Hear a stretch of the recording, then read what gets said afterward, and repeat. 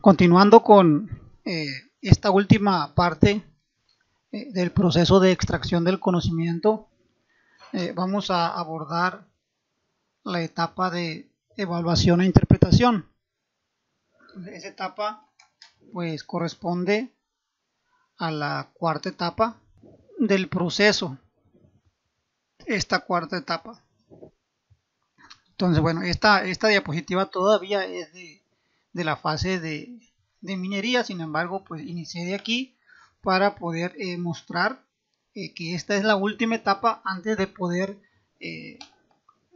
evaluar el modelo y determinar si realmente es bueno o no. Si no lo es, entonces pues vamos a tener que regresar a etapas anteriores para poder modificar y volver a probar. Entonces, muchas de estos conceptos que se ven aquí los vimos en sistemas de apoyo a la decisión. Entonces va a ser como un recordatorio porque se va a hacer un examen de aquí. Entonces tal vez lo que vieron hace un año pues ya no se acuerdan muy bien. Entonces va a servir en algunos conceptos como recordatorios y otros sí van a ser conceptos nuevos. Entonces, bueno, para evaluar los resultados, básicamente se emplean conjuntos de entrenamiento y de prueba. Entonces, cada uno de estos tiene una función.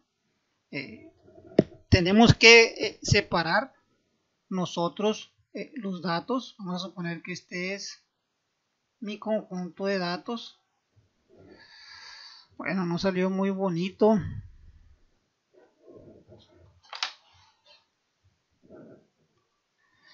Ese es mi conjunto de datos. Entonces, si yo este conjunto de datos lo utilizo para entrenar y también lo utilizo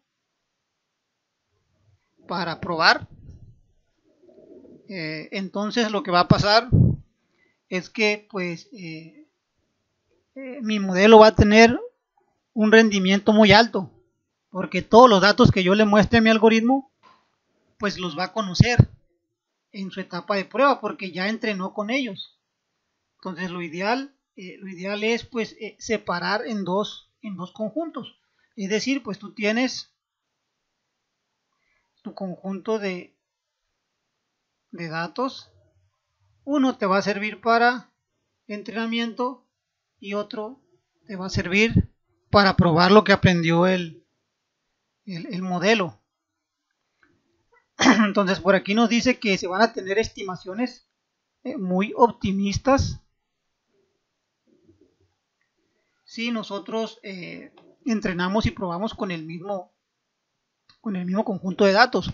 A esto normalmente se le llama overfitting o sobreentrenamiento, donde pues realmente esta técnica de entrenar y probar con el mismo conjunto de datos no nos indica nada sobre nuestro modelo. Tenemos que dividirlo en entrenamiento y prueba. Es decir, los datos de entrenamiento se los damos al algoritmo para que aprenda y los datos de prueba pues probamos el aprendizaje. Entonces, bueno, aun cuando nosotros vamos a separar nuestro conjunto de datos en entrenamiento y prueba, todavía tenemos varios tipos de validaciones. O sea, la más común, bueno, la más común representa dividir en una parte de entrenamiento y otro de prueba con el 50% de los datos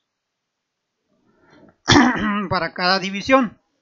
Entonces, esto es una separación de forma aleatoria, es importante indicarlo. Por tanto, se entrena y se prueba con el otro porcentaje. A veces esto puede variar y puede haber divisiones del 80, entrenamiento con el 80 o prueba con el 20 o 70 y el 30. Esto ya depende de la persona que está haciendo la experimentación.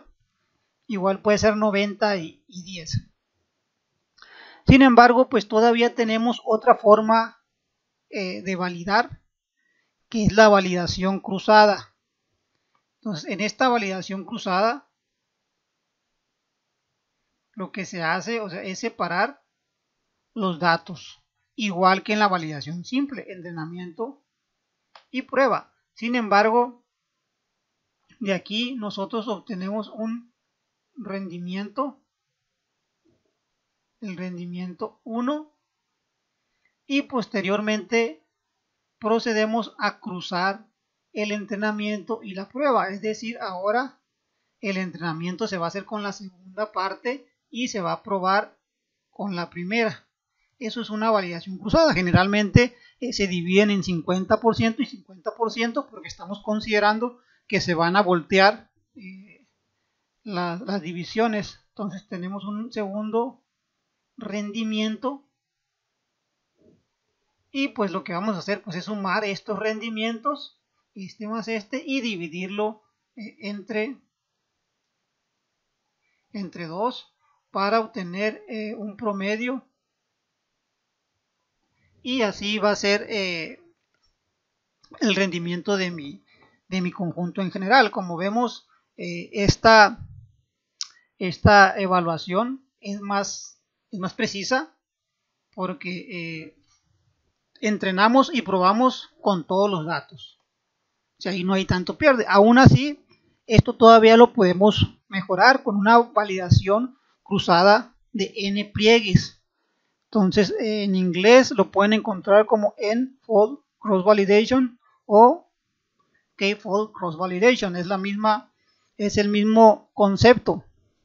Entonces, nosotros podemos apreciarlo mejor en este esquema, en donde también hay entrenamiento y también hay prueba.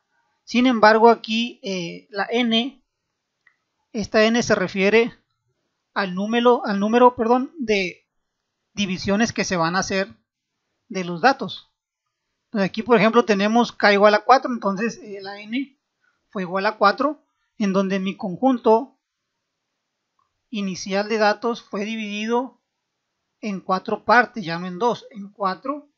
La primera parte se probó y la segunda, tercera y cuarta parte se entrenan. Así como lo dice aquí, ¿no? Con esto se prueba y con lo demás se entrena. Entonces, como es una validación cruzada, pues la parte de prueba pues va avanzando entre las divisiones, de tal forma que en una segunda iteración pues la prueba va a estar en el segundo bloque y con el resto se va a entrenar. Entonces así nos vamos a ir hasta que probamos con todos los datos. Entonces nosotros para esto vamos a tener pues un rendimiento de x1, x2, x3 y x4, o sea 4 rendimientos. Entonces nosotros vamos a tener que generar un promedio para poder estimar sobre 4 el rendimiento general del modelo con esta división de 4 pliegues. No, en este caso no puede ser de 5, de 6, de 10. Entre más datos uno tenga, pues más pliegues puede tomar. Si uno tiene 20 datos, pues entonces no conviene mucho hacer este tipo de validaciones porque es bien poquita información. O sea, nos van a salir datos de prueba de 5 elementos con entrenamientos de 15. Entonces consideramos que este tipo de validación se tiene que hacer cuando hay mucha información. O sea, y ya cuando tenemos mucha información, pues entonces podemos hacer más pliegues. Entonces, entre menos información tengamos, menos pliegues tenemos que emplear. Bueno, entonces, dependiendo de la tarea de minería que nosotros empleamos, pues va a ser la técnica que vamos a emplear para evaluar. Ahorita nosotros pues teníamos una forma de dividir los datos para probar, pero aquí estas son técnicas que me permiten ya obtener un número representativo del rendimiento de mi modelo. Entonces, si nosotros empleamos un problema de clasificación, pues esta va a ser simple, ¿no? Porque si nosotros tenemos, o sea, un conjunto de instancias y pues algunas se evalúan como bien y otras mal, pues entonces mi rendimiento va a estar en base de el total de instancias que se evaluaron bien sobre el total. Entonces esto va a equivaler a 3/4 0.75. Este va a ser el rendimiento con la clasificación. Aún se derivan otras métricas de la clasificación que ahorita vamos a ver en la matriz de confusión. Sin embargo, de forma simple y rápida, este valor me representa el rendimiento, que está aquí. Entonces, las reglas de asociación, recordemos que una regla de asociación pues es una condición del tipo sí, entonces, que se ha generado. Entonces, del montón de reglas que nosotros generamos, pues tenemos que comparar a las reglas que se aplican, ¿no? Entonces, si generamos 3 reglas, pues yo tengo que comparar a cuántas se pueden aplicar y a cuántas no. Entonces es algo muy similar a esto que tenemos aquí, ¿no? De que aquellas clases que se acertaron, pues se consideran sobre el total. Aquí igual la regla que se acierta se divide sobre el total de reglas a las que se pueden aplicar, más bien, y así podemos saber si sale bien o sale mal.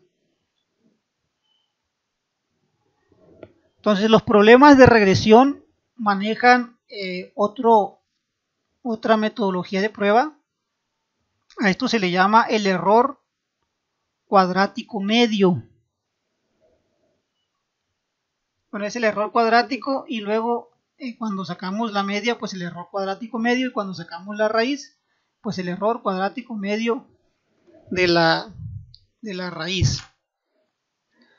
Entonces, para esto vamos a utilizar nosotros pues aquí Excel para poner un ejemplo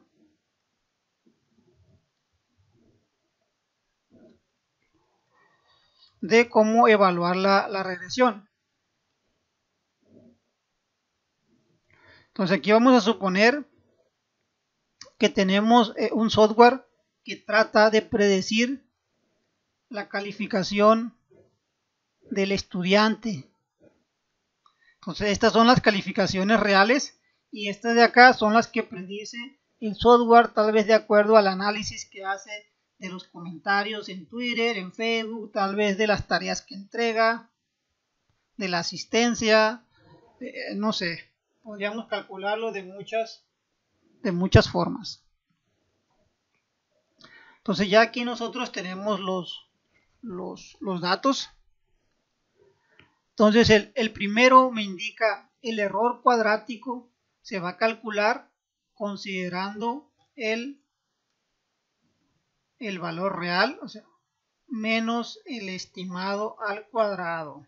Entonces si nosotros vemos en mi tabla, esto corresponde al real y esto corresponde al estimado. Entonces va a ser igual el real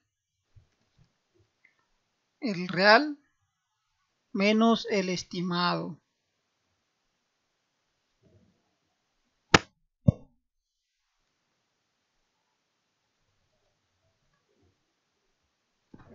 Ahí está, al cuadrado.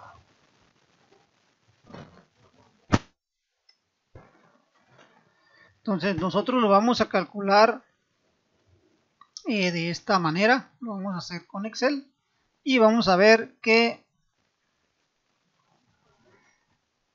pues esas son las variaciones. Si se dan cuenta, pues hay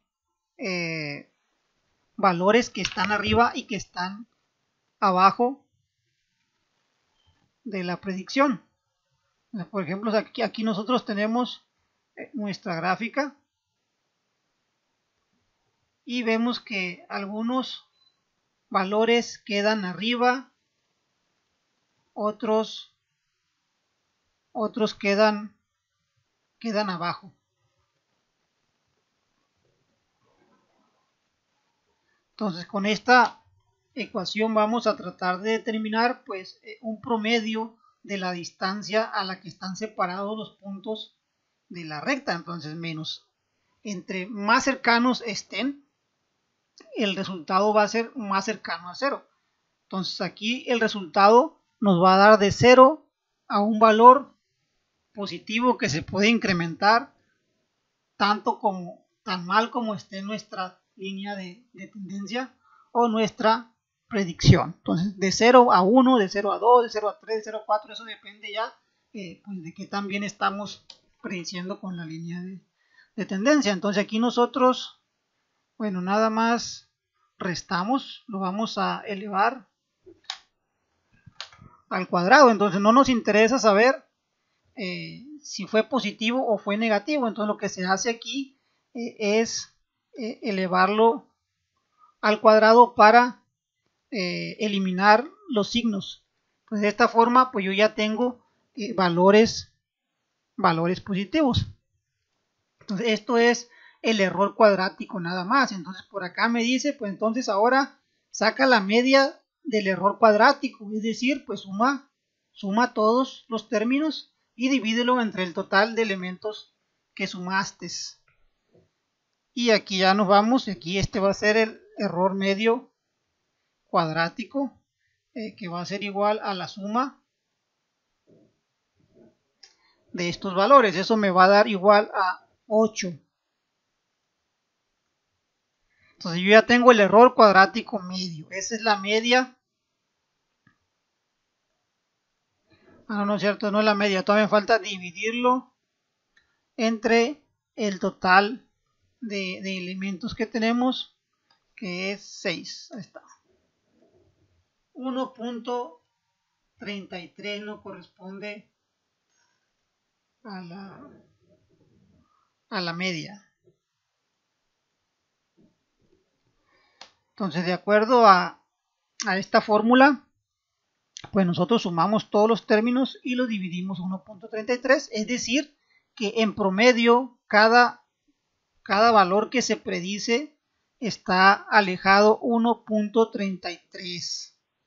Que pues las unidades, aquí estamos trabajando con calificaciones, entonces nosotros decimos que está a 1.33 puntos de diferencia cada puntito que nosotros tenemos. Sin embargo, todavía no hemos terminado porque recuerden que se elevó al cuadrado. Entonces para quitar este cuadrado se saca una raíz y se saca el error medio cuadrático de la raíz, ¿no? Entonces nada más tenemos que sacar la raíz de este elemento, ¿no? Esa es la distancia más aproximada que tenemos, 1.15 en promedio. Por aquí vemos que pues aquí falló un poquito porque el alumno se sacó 3 y el software predijo 5, entonces aquí se disparó un poco, pero si nosotros le ponemos aquí ajustamos el software y resulta que ahora sí lo predice bien. Entonces vean cómo pues ahora mi evaluación es más cercana, es decir, que estamos a menos de un punto de precisión. Y si vemos los resultados, pues así es. O sea, en algunos acierto, en otros no acierto, pero el error es de un punto. O sea, aquí el estudiante tiene 6 y el software predice 5. Y aquí el estudiante tiene 8 y el software predice 9. Entonces esto significa que el software está a más menos 0.81 puntos, ¿no? de acertar la predicción, bueno, el valor del estudiante. Entonces, bueno, con este es el numerito que me representa esa evaluación, y entre más cercano a 0 esté, pues mejor. Entonces, si yo empiezo aquí a ajustar mi software y resulta que está prediciendo mejor, vemos que mi valor se va acercando a 0. Aquí ponemos 9, pues entonces el error medio cuadrático es 0, y vemos cómo los puntitos se alinean con la línea de tendencia. Entonces mi software está excelente. No siempre es así, ¿no? Pero bueno, si uno falla pues por un punto, entonces bueno, aquí se incrementa. Entonces mientras más alto sea este error cuadrático medio de la raíz, pues menos preciso va a ser el software. Bueno, entonces eso es para evaluar la regresión. Para problemas de agrupamiento, es decir, nosotros podemos tener pues un conjunto de puntitos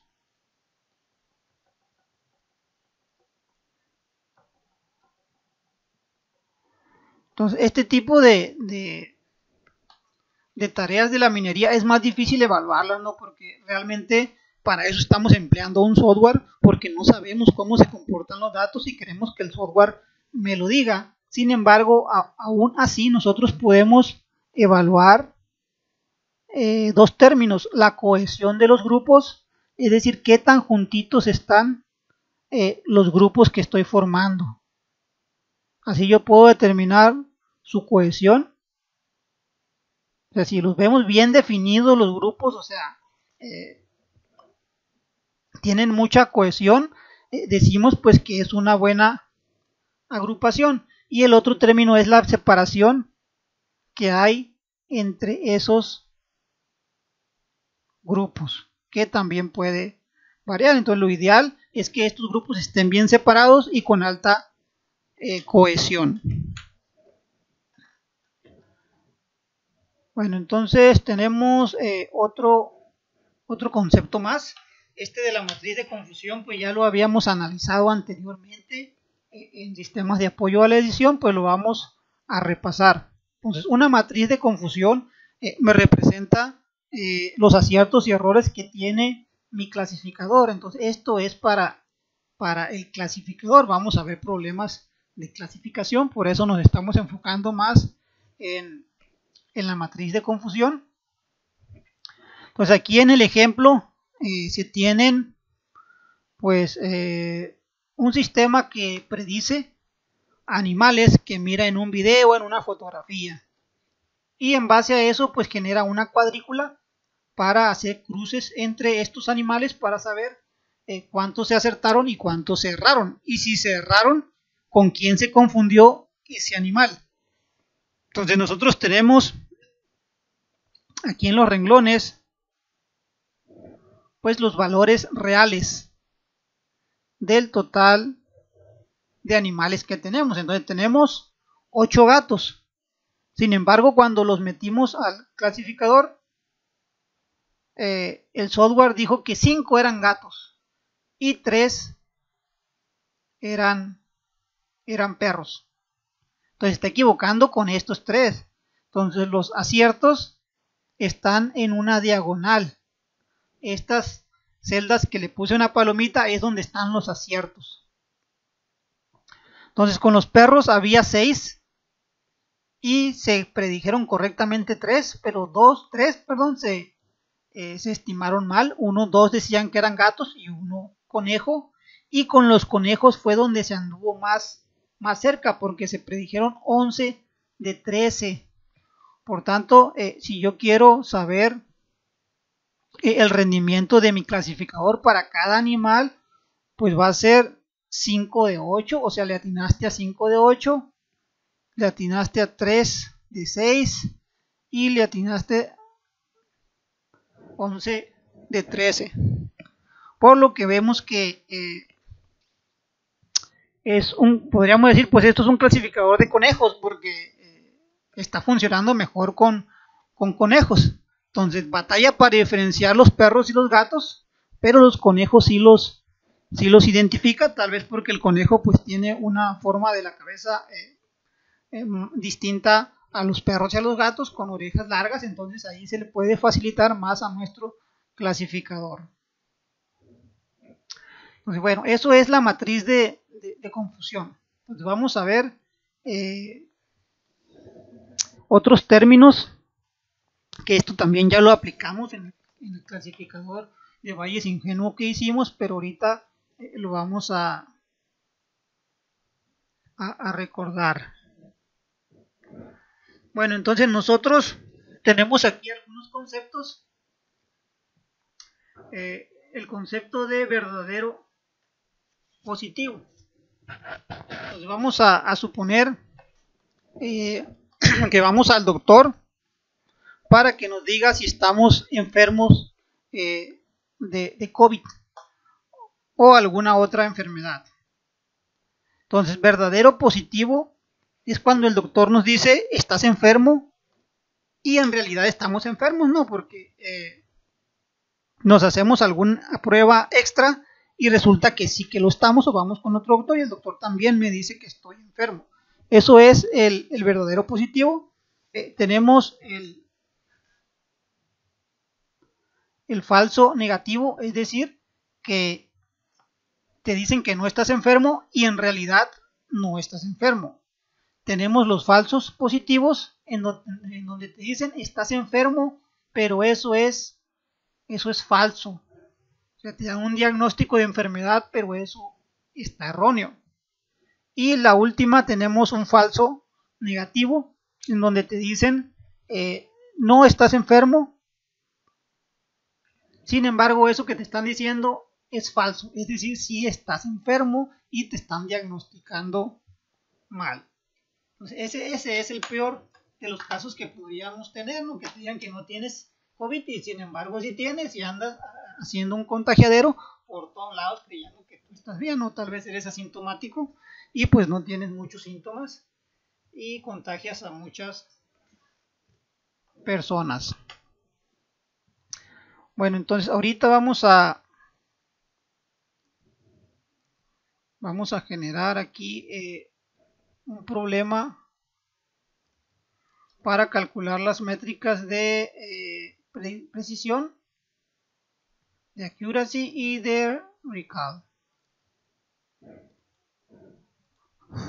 Entonces vamos a poner aquí los datos reales y acá la predicción. Entonces aquí los casos van a ser de detección de spam. Entonces estos son mis datos reales: spam, spam, spam, spam, no spam, luego spam, no spam, spam, no spam y no spam. Y mi software de predicción pues va a tomar los correos y va a decir pues que este es spam, este es spam, este no es spam, spam, spam, spam, no spam, spam, no spam y spam. Entonces, como nos damos cuenta, pues en algunos casos pues sí le atina y en otros casos no lo hace. Entonces, nosotros vamos a tomar distintas medidas para evaluar distintos aspectos de mi clasificador. Entonces, vamos a generar nuestra tablita de nuestra matriz de confusión. Aquí la matriz de confusión pues tiene solamente dos clases. Entonces es positivo, true positive o false positive. Entonces tiene más que cuatro alternativas. Lo vamos a dibujar aquí.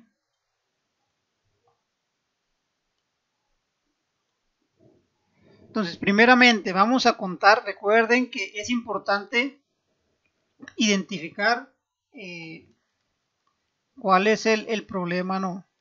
Este es un clasificador de spam. Es lo que queremos nosotros identificar. El spam. Aquí vamos a poner S es igual a spam. NS es igual a no spam. Por tanto, nosotros vamos a encontrar aquellos que son true positive, es decir, que se dijo que era spam.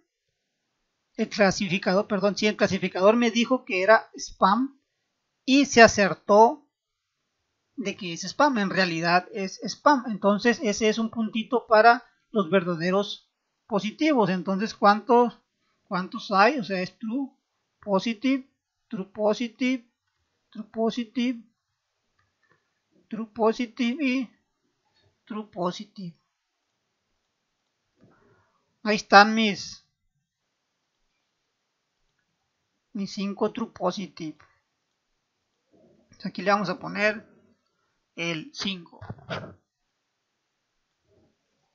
Ahora vamos a ir con otros que son fáciles de identificar. O sea, cuando decimos que no es spam y en realidad no es spam. Entonces tiene que haber una coincidencia aquí, NS y NS. Y de esos nada más hay uno. Este lo vamos a poner de este color. Vamos a poner amarillo.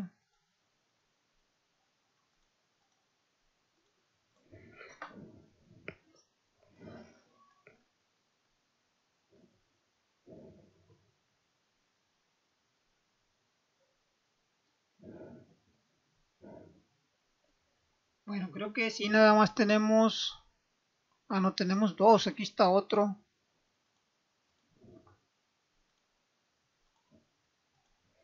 Ahí está, se me andaba pasando un true negative.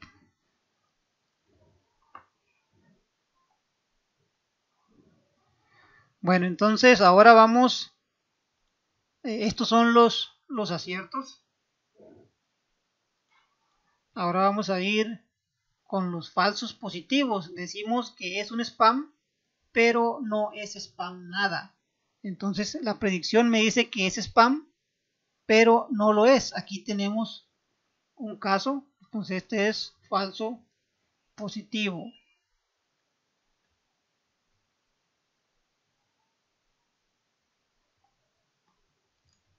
Y parece que nada más tenemos este.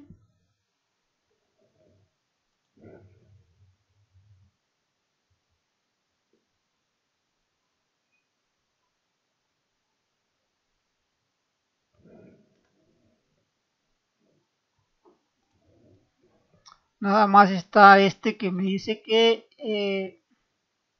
no, perdón, aquí no son estos. Estamos buscando los casos donde se dice que es spam, pero no lo es. Entonces es este, falso positivo y falso positivo.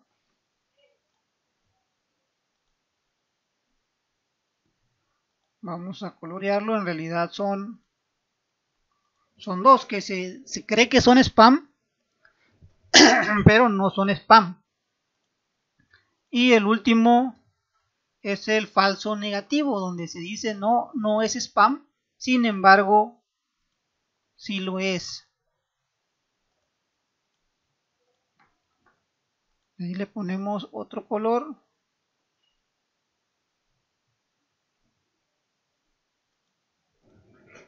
Ahí están. Entonces ya con esto yo tengo pues mi matriz de confusión para las dos clases que tenemos. Entonces ahora ocupamos identificar, pues primeramente vamos a ir con el accuracy, que se refiere a la sumatoria de las diagonales entre el total de elementos que tenemos. Entonces son los true positive más true negative entre el total. Entonces vamos a poner aquí el accuracy. Se va a hacer este más este. Eso es 7, pero ocupamos nosotros el total. Aquí vamos a poner el total de elementos.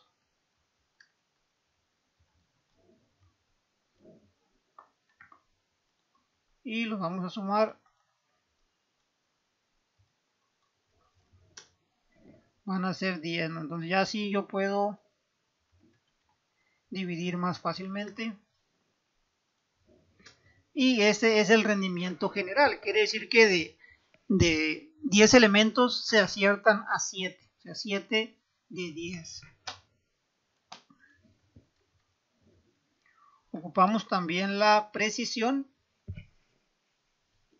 Entonces la precisión se obtiene sumando los, bueno, en este caso van a ser las dos celdas de arriba, no, el true positive sobre la sumatoria de estos dos.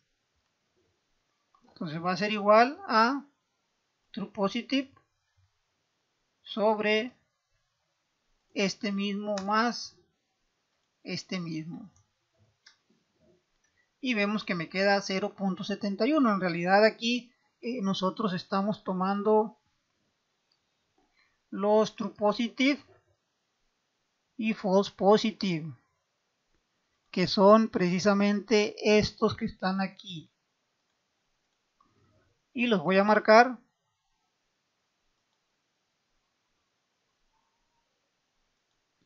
Los voy a poner de este color para que sobresalgan. Entonces, si se dan cuenta, estamos coloreando solamente cuando se predice que es spam. Entonces, esta medida, la precisión, me indica, a ver, de los que estás diciendo tú que son spam, o sea, diciéndole al clasificador a cuántos le has atinado. O sea, el clasificador está diciendo que hay 7 spam, sin embargo, de esos 7 le atinó a 5. Entonces, ese término que nosotros tenemos aquí, ese número, esa es la representatividad numérica. De 7 que hay, le atinaste a 5. O sea que tú dices que son spam. Vamos a ver la recall. Esta es recall o exhaustividad.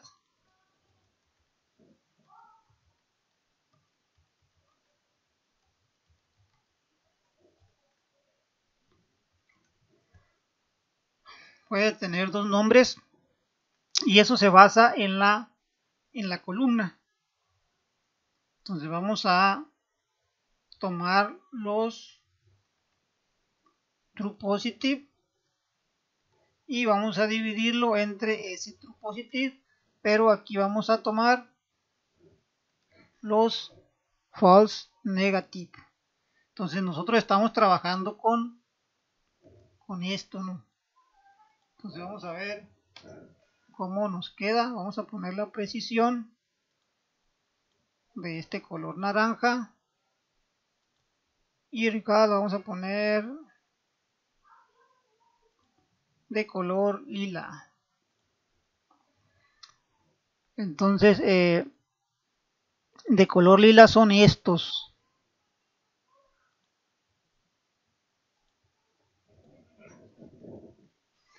Entonces de color lila vemos que me quedan los spam que se están prediciendo. Entonces, eso representan los true positive y los false negative. Entonces, ¿esto qué significa? O sea, significa del total de spam que hay, a cuántos le atinaste. O sea, aquí hay 6 elementos. O sea, la sumatoria de estos son 6 elementos, pero tú le atinas a 5. Entonces, eso me indica que se tiene una exhaustividad de 0.83. Donde tiene un valor más alto que el rendimiento, que la precisión. Entonces nosotros podemos calcular que que de los reales le va a atinar al punto 83. Bueno, entonces básicamente nosotros ahí ya pues obtuvimos pues la precisión, el accuracy y recall. Todavía me falta otra medida, la medida F1, que bueno, aquí ya no la voy a incluir, pero es muy fácil de estimar ya sabiendo la precisión y recall. Vamos a ver si la encontramos por aquí. La medida F1 se trata de una medida armónica entre la precisión y recall. Bueno, no me aparece aquí. Lo está relacionando con la fórmula 1.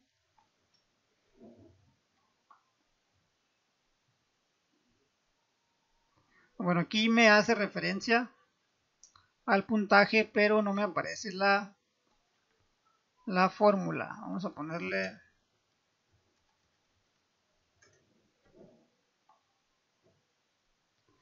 y fórmula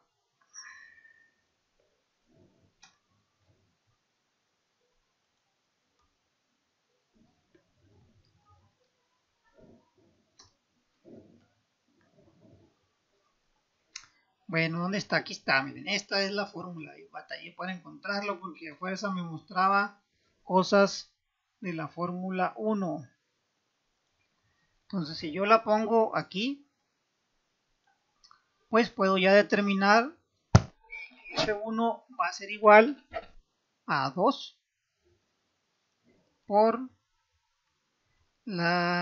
aquí vamos a poner la precisión por recall.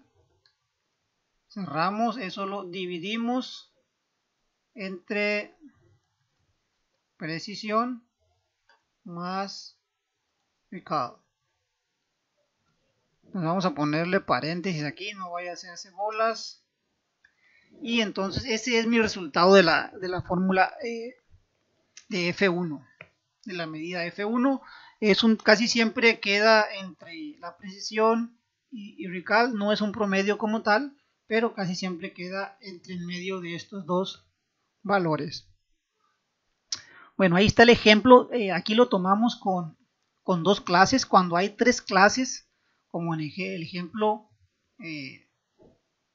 de los perros y los gatos y los conejos, pues entonces se generan varias precisiones, varias medidas de precisión, varias medidas recall, una por cada clase. Entonces cada clase te va a dar una precisión y un recall. Sin embargo, el accuracy sí es el mismo para todo el clasificador.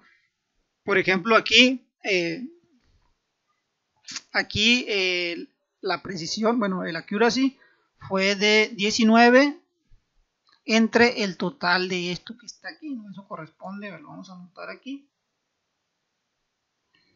Aquí lo vamos a sacar, a ver, va a ser 21 entre 27. Creo que si eran 27, ¿verdad? 19, sí. Son 27, no sé si por ahí me falló algo, pero parece que sí son 27, ¿no? Entonces esta división pues me va a representar a mí el accuracy de este clasificador. Entonces ya tendría que irme pues clase por clase tratando de sacar la precisión y la exhaustividad de cada clase. Bueno, entonces ya como última parte de esta fase de evaluación e interpretación, tenemos que considerar que probablemente la información no podría mostrarnos aspectos del mundo real y aún así funcionar. Entonces tenemos que tener cuidado con esto, porque bueno, aquí en el ejemplo nos indican que se puede generar un modelo para predecir el gasto energético de la población, pero puede ser que los datos se hayan tomado de un periodo de crisis mundial. Por tanto, cuando este periodo de recesión termine, entonces los datos que nosotros tenemos no van a ser reales. Entonces te puede funcionar por un momento, pero por otro momento deja de ser ya útil, por tanto tienes que reestructurar todo tu modelo.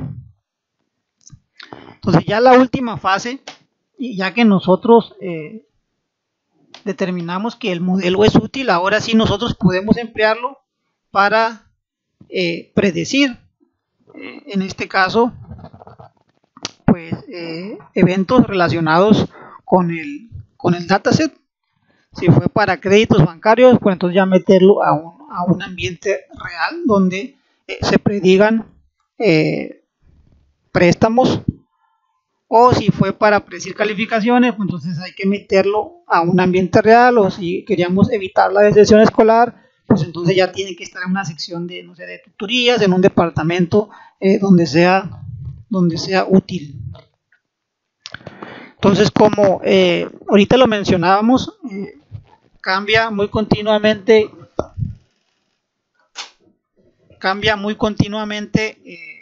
los datos.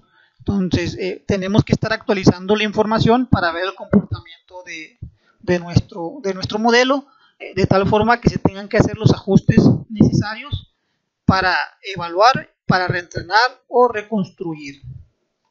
Entonces hasta aquí nosotros terminamos con este tema. Realmente son todos los conceptos que vamos a manejar, y si aparece alguno por ahí, pues lo vamos a explicar en su momento. Entonces, bueno, el libro que estamos tratando se llama Introducción a la minería de datos. Es un libro muy didáctico, es muy útil, con muchos ejemplos. Entonces, creo que no se los he dado. No, sí, ya se los puse disponibles para que puedan leer las secciones que estamos tratando, por si quieren ir más allá de lo que yo les he explicado. Bueno, hasta aquí terminamos.